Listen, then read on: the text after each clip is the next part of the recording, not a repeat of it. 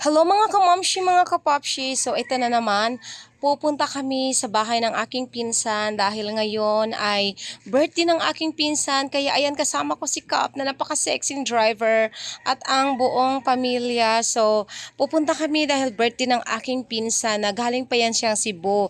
Galing pa siyang city nag-work kaya umuwi lang siya dito sa kanila dahil birthday nga niya. So birthday ngayon kaya alam na kung ano ang mayroon. Syempre, ang masarap na kainan na naman dahil ang inyong Inday Cakes ay mahilig sa masarap na kainan basta libre. Alam nyo naman ako, gustong gusto ko yung libre.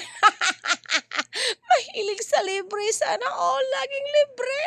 So, ayan na si Kap na sexy naglakad na naiwan mag-isa. So, ito nga pala, dito ang bahay ng aking auntie. So, ayan na, papunta na kami dyan dahil nga babatiin ko na ang aking magandang pinsan dahil alam ko na ako ay mabubusog ngayon sa kanyang birthday. Kaya tayo ay kakanta para sa kanya para naman matuwa siya, para hindi naman siya lugi sa kanyang birthday dahil alam nyo na ang inyong Inday Cakes, malakas ito sa kainan.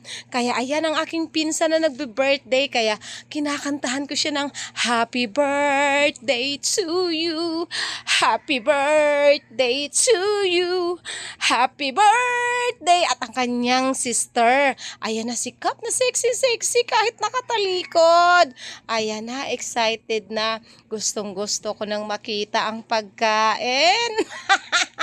Alam nyo naman ako at yan ang aking auntie, the mother of the birthday celebrant. Kaya ayan ang masarap na spaghetti, masarap na manok, may cake at saka ano pa ba yon? Salad. At ay habang wala pang kainan. So ayan, syempre pamilyang kwentuhan, kwento-kwento muna habang nag-aantay pa ng ilang oras pa bago makakain konti, no?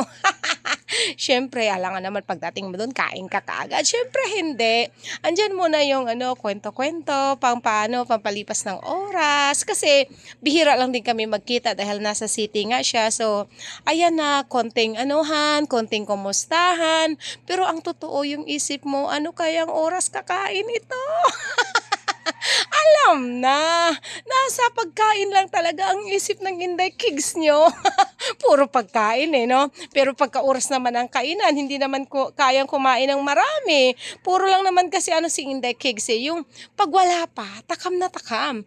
Pero kapag nandyan na, wala na, hindi na kayang kumain ng marami. Kaya ayan, sabi ko, bakit? Ang tagal ng kainan, anong oras pa? So ayan ang aking magandang pinsan, 'di ba? So ganito lang naman kami palagi kapag may birthday sa pamilya, wala namang malaking handaan, kundi pamilya lang at saka bakit nagtataka kayo, bakit wala yung anak ko dyan?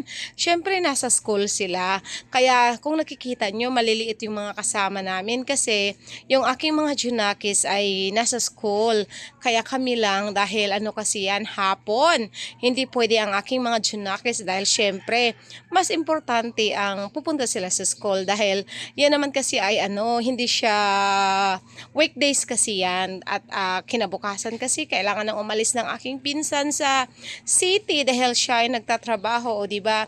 Ayan na, kinakantahan, kwento habang nagkakanta kami, ako naman ay tuwang-tuwa dahil feeling ko ako yung nagbe-birthday, no? Pag nakakita pala tayo ng magbo-blow ng candle, parang feeling natin tayo yung may birthday. Parang ako yung bakit parang ako yung excited? Parang ako yung may birthday. Feel ko lang, parang ako yung may birthday. 'Di ba? So ayan na ang aking auntie. Ang sarap ng subo, lalo na daw kapag sa harap ng kamera, sexy magsubo. So ito na yung pinakahintay moment ko, ang kainan. 'Di ba? Masarap na kainan. Ewan ko ba guys, no? Bakit parang pag nandito na sa birthdayhan, hindi na ako makakain ng marami. Kasi parang na-excite na lang ako na ang dami mong makitang pagkain, tapos ang daming magkainan. So, kahit nag-enjoy ka sa pagkain, pero parang busog ka na kaagad. Kasi, di ba, yung, ewan ko lang sa iba kasi, ang iba parang ang sarap ng kain nila pag nasa handaan, no?